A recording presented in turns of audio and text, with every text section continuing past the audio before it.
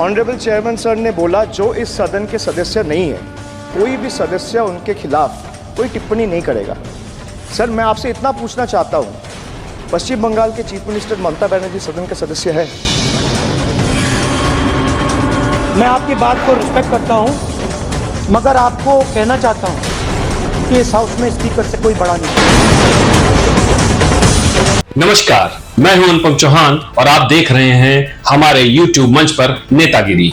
नेतागिरी के इस एपिसोड में आप देखेंगे कि एक एक दिन में 100 सांसदों को सस्पेंड करने वाले लोकसभा स्पीकर ओम बिरला मोदी सरकार 3.0 में विपक्ष और सत्ता पक्ष दोनों के टारगेट पर हैं। जो भी आता है उन्हें आईना दिखाकर चला जाता है। मैंने सभी माननीय सदस्यों को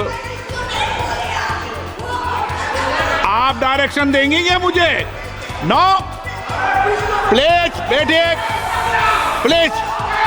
माननीय ऐसे मत कीजिए प्लीज, ऐसे माननीय सदस्य मेरे मत थपाइए। जब आपको बोल दिया बैठना है तो बैठना है। अध्यक्ष के सामने आक्रामकता और उदारता दोनों तरह की तस्वीरें सदन में इस वक्त देखी जा सकती हैं। राष्ट्रपति के अभिभाषण के दौरान कांग्रेस नेता राहुल गांधी ने ऐसी बातें बोल दी जिसको लेकर उन्होंने सदन में सफाई दी या पलटकर तंज किया। इसे आपको तय करना है। मैं आपकी बात को रिस्पेक्ट करता हूँ, मगर आपको कहना चाहता हूँ कि इस हाउस में स्पीकर से कोई बड़ा नहीं होता। स्पीकर सबसे बड़ा है, हम सबको स्पीकर के सामने झुकना चाहिए और मैं आपके सामने झुकूंगा और सारा का सारा ऑपोजिशन आपके सामने झुकेगा। ये लोकतंत्र है स्पीकर सर। सदन के नेता हैं और मुझे मेरी संस्कृति संस्कार ये कहते हैं, व्यक्तिगत जीवन में भी, सार्वजनिक जीवन में भी और इस आसन पर भी जो हमसे बड़े हैं उनको झुककर नमस्कार करो। मुझे यही सिखाया है और बराबर वालों से बराबर का व्यवहार करो। दरअसल राहुल गांधी ने स्पीकर ओम बिरला से कह दिया था कि वह प्रधानमंत्री मोदी से झुककर हाथ मिलाते हैं और उनके सामने पीठ सीधे कर खड़े रहते हैं। देश के सदन में इस बार 2014 और 2019 सरीका विपक्ष नहीं है। 2024 का विपक्ष सदन में सत्ता पक्ष को न केवल उसी की भाषा में जवाब देना सीख चुका है, बल्कि अपने जवाबों को प्रधानमंत्री मोदी, गृह मंत्री अमित शाह और लोकसभा स्पीकर ओम बिरला को यह एहसास कराने में लगा है कि अब स्थिति पहली जैसी नहीं है। यह पहला मौका है जब प्रधानमंत्री और गृह मंत्री स्पीकर से खुद के लिए संरक्षण मांगते देखे जा सकते हैं। सदन के पहले ही दिन जिस तरह से राहुल की आक्रामकता के आगे पूरी भाजपा सरकार उठक बैठक करती नजर आई थी, उससे आने वाले समय में कैसा माहौल रहने वाला है इसकी झलक दिख गई। अखिलेश यादव का स्पीकर ओम बिरला को बधाई देने का तरीका बेहद अनूठा था। उन्होंने जिस सरल और सपाट भाषा में अध्यक्ष को निष्पक्ष बने रहने की नसीहत दी, उसे सुनकर लोग सोच में पड़ गए होंगे कि क्या तंज ऐसे भी किया जा सकता है। जिस पद पर आप बैठे हैं इससे बहुत गौरवशाली परंपराएं जुड़ी हुई हैं और हम सब यही मानते हैं कि बिना भेदभाव के आगे बढ़ेगा और लोकसभा के अध्यक्ष के रूप में आप हर सांसद और हर दल को बराबरी का मौका और सम्मान देंगे। निष्पक्षता इस महान पद की महान जिम्मेदारी है। केंद्रीय बजट पर चर्चा के दौरान तृणमूल कांग्रेस के सांसद अभिषेक बनर्जी और लोकसभा स्पीकर ओम बिरला में तीखी नोकझोंक देखने को मिली। जब आपको बोल दिया बैठना है तो बैठना है। अभिषेक जी, मैं एक चीज से स्पष्ट करता हूँ, ऑनरेबल चेयरमैन सर ने बोला जो इस सदन के सदस्य नहीं है, कोई भी सदस्य उनके खिलाफ कोई टिप्पणी नहीं करेगा। सर मैं आपसे इतना पूछना चाहता हूँ, पश्चिम बंगाल के चीफ मिनिस्टर ममता बनर्जी सदन के सदस्य है? नहीं है, तो उन्होंने क्यों टिप्पणी किया? सर आप अपना पद का मान रखिए सर, उनको उठ के बोलिए माफी मांगेगा, then I will continue my speech. No sir, you have to intervene.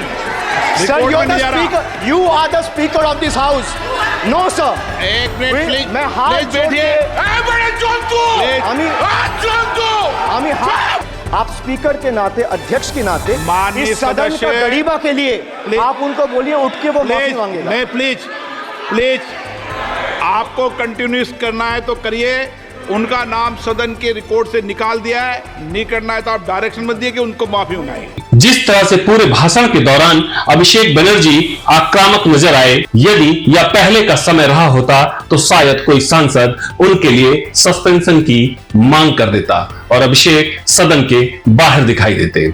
आप मुझे डायरेक्शन नहीं दे सकते। मैंने उनका नाम निकाल दिया, ऐसे कई बार हुआ है सदन में, पहले निकाल दिया।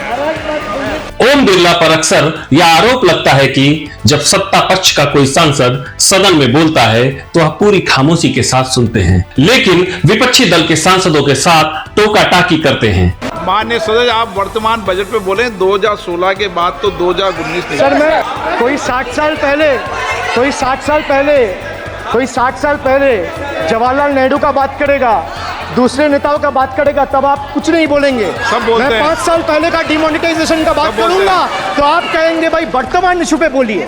बजट सर, ये पक्षपात नहीं चलेगा सर। बजट पे यह 18वीं लोकसभा का सदन है। 17वीं लोकसभा के मुकाबले 18वीं लोकसभा का नजारा काफी बदला सा है। बीते 10 सालों में गोदी मीडिया ने लोगों के दिमाग में एक नैरेटिव सेट कर दिया था कि प्रधानमंत्री मोदी के मुकाबले विपक्षी दलों के पास सदन में बोलने के लिए कोई नेता नहीं है। गोदी मीडिया का यह तिलिस्म टूटता दिखाई दे रहा है। इस बार एनडीए बनाम इंडिया का मुकाबला है। इंडिया के सांसद सदन में मुकम्मल तैयारी के साथ पहुंच रहे हैं, जबकि इस मामले में सत्ता पक्ष के सांसद बेहद कमजोर नजर आते हैं। मुकाबला बराबरी का हो चला है। यह बात अब सदन और सोशल मीडिया दोनों जगह देखी जा सकती है। बालक बुद्धि के अपोजिट बैल बुद्धि के मीम सोशल मीडिया पर भरे पड़े हैं। अभिषेक बनर्जी जब पर्चे पर पढ़कर कुछ बोल रहे थे तो भाजपा के एक सांसद ने कटाक्ष किया कि पढ़कर बोल रहे हैं। यह तंज भी भाजपा को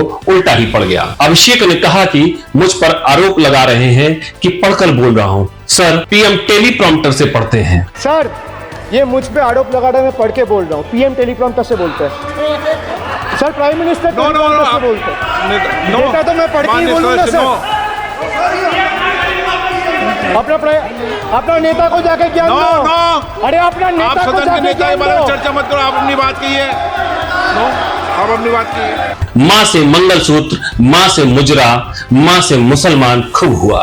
अब विपक्ष ने भी इसी एक्रोनिम एब्रिविएशन का इस्तेमाल करना शुरू कर दिया है। वह कह रहा है कि मोदी जी मां से महंगाई और मां से मणिपुर को क्यों भूल जाते हैं। 2019 से पहले तक भक्त मीडिया गाने में लगा था कि राहुल गांधी और नरेंद्र मोदी का कोई मुकाबला है, लेकिन 2024 के चुनाव में राहुल गांधी मोदी को खुले मन से डिबेट करने की चुनौती देते दिखे। भारत में तो ऐसा नहीं हो सका, लेकिन अमेरिका में ऐसा हो गया। 27 जून को अटलांटा में CNN न्यूज के मुख्यालय में डोनाल्ड ट्रंप और जो बाइडेन के बीच डिबेट हुई, जिसमें ट्रंप ने जो बाइडेन को परास्त कर दिया। बाइडेन की इतनी बदनामी हो गई कि उन्हें राष्ट्रपति की दौड़ से अपना नाम वापस लेना पड़ गया। भारत में इस तरह की डिबेट न जाने कब देखने को मिलेगी और नतीजों में इतनी नैतिकता कब आएगी कि डिबेट में परास्त होने पर चुनाव से अपना नाम वापस लेने लगेंगे। नेतागिरी में आज इतना ही। मिलते हैं फिर एक नए विषय के साथ। नमस्कार।